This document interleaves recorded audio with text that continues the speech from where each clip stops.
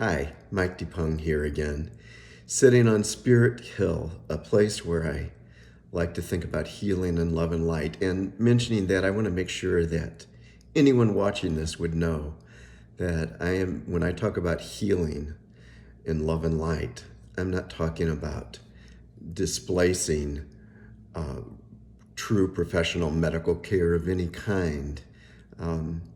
I'm talking about spiritual healing, that which science of any kind, whether of the mind or of the body, has a difficult time looking into and seeing.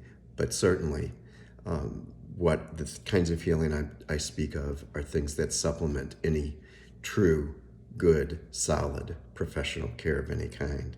And I mention that because today is a day I remember every year, not just because April the 15th is tax day in the United States, but it is the day, today, in fact, 156 years ago, that Abraham Lincoln died from the wounds he received the night before. And Walt Whitman, a great poet in this National Poetry Month, speaking of Walt again, but Walt Whitman didn't personally know Abraham Lincoln in terms of being able to have conversations with him, but many times they passed one another on the streets of Washington, D.C. Abraham Lincoln would ride by and nod his head, tip his hat towards, the brim of his hat towards Walt. And Walt Whitman was profoundly affected. Walt Whitman loved America, and loved the United States of America, the Union, in ways that Lincoln did. But Walt had a more expansive view in many ways. And when Abraham Lincoln died, Walt Whitman was deeply affected.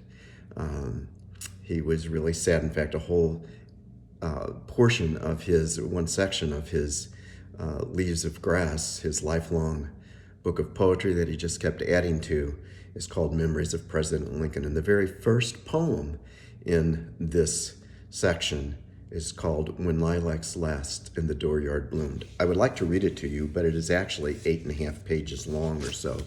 And so I promise you I won't do that, even though I would love to hear somebody read it and just sit and listen.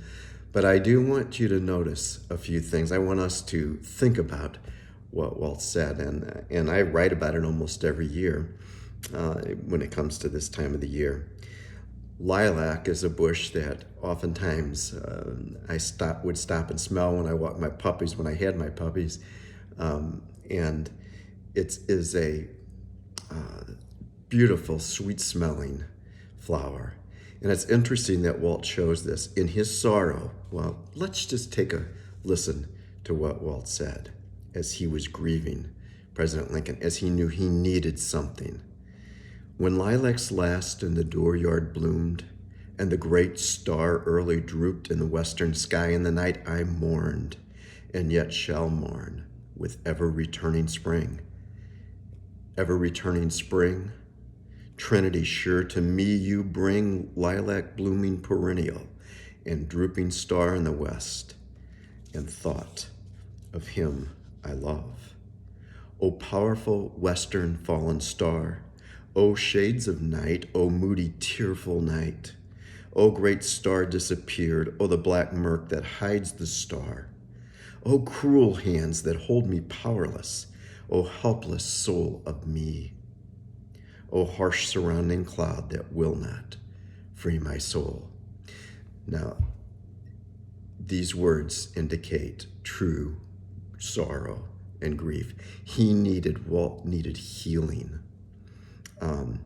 A lot of teachers and literary critics would caution us against ascribing the words of a poem to the poet himself or herself. But there's no doubt of this. This is Walt Whitman speaking. It's not a narrator. He is the narrator himself. He's speaking.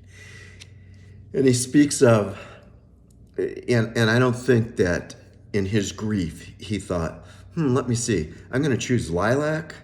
I'm going to choose the planet Venus, which is the drooping star in the west that is always present here in North America at this time of the year. And you can see it. I checked it out last night, and I could see where it was low on the horizon, and it drops down earlier, way before the other stars and planets make a very bold appearance.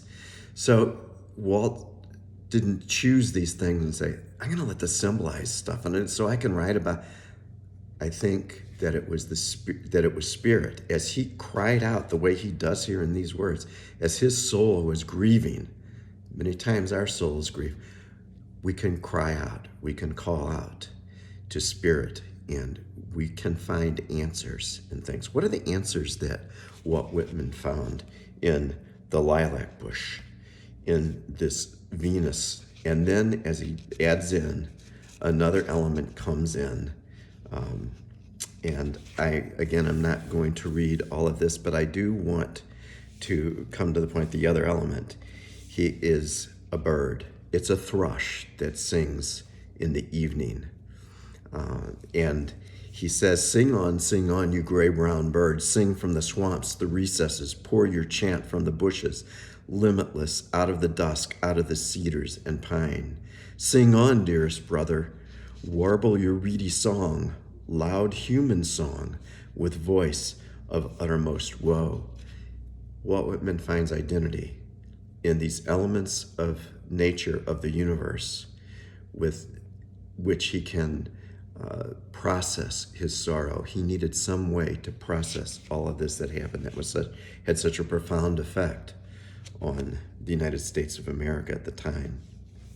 And the planet Venus is one that spoke to him. He realized, as he had been observing it for the month before Abraham Lincoln was assassinated, that there was spirit speaking to him in it, but he just hadn't discerned the message completely. And he says about Venus, O western orb, sailing the heaven, now I know what you must have meant as a month since as I walked in silence, the transparent shadowy night, as I saw you had something to tell, as you bent to me night after night, as you drooped from the sky low down, as if to my side, while the other stars all looked on, as we wandered together this solemn night for something, I know not what, kept me from sleep. As the night advanced and I saw in the rim of the west how full you were of woe, as I stood on the rising ground in the breeze in the cool, transparent night, as I watched where you passed and was lost in the netherward black of the night, as my soul in its trouble dissatisfied sank, as where you sat, orb, concluded, dropped in the night, and was gone. You see, I believe so strongly that spirit manifests in things like the heavenly bodies, in plants, in natural elements around us, in animals and birds, that we can discern messages when we're listening, when we open ourselves to that, when we ask. And if something tweaks our consciousness, if something appeals to us, resonates within us, and we say, wow, why have I never noticed Venus before like this? Why have I never looked into how very powerful it seems? It might just be speaking to you, and you need to ask, and you need to seek. And now, after the death of Abraham Lincoln, Walt Whitman says, I realize now that there was a message there. And there's comfort in that to him, because there was knowledge that this would happen. This wasn't just some random act. There was some kind of knowledge, and that there would be comfort for him. And here is what happens. He smells the lilac. The lilac reminds him every year after this of President Lincoln. And what is amazing is the song of the bird, a living creature that seems to speak. And he goes through actually a page worth in the version I have of words that he heard when he heard this thrush singing. When he heard this bird, he thought there's a message there, and he asked through his heart, that spirit part of him that could communicate with the spirit of anything else, which we all have the ability to do.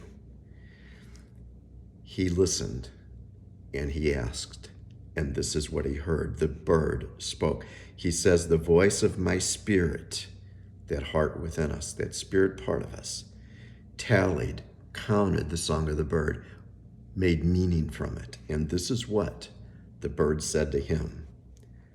Come, lovely and soothing death, undulate round the world, serenely arriving, in the day, in the night, to all, to each, sooner or later, delicate death. Praised be the fathomless universe for life and joy, and for objects and knowledge curious, and for love, sweet love. But praise, praise, praise for the sure and winding arms of cool enfolding death. Dark mother, always gliding near with soft feet, have none chanted for thee a chant of fullest welcome?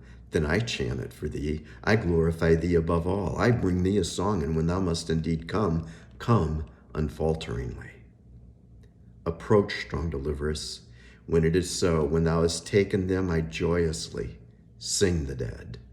Lost in the loving floating ocean of thee, loved in the flood of thy bliss, O death.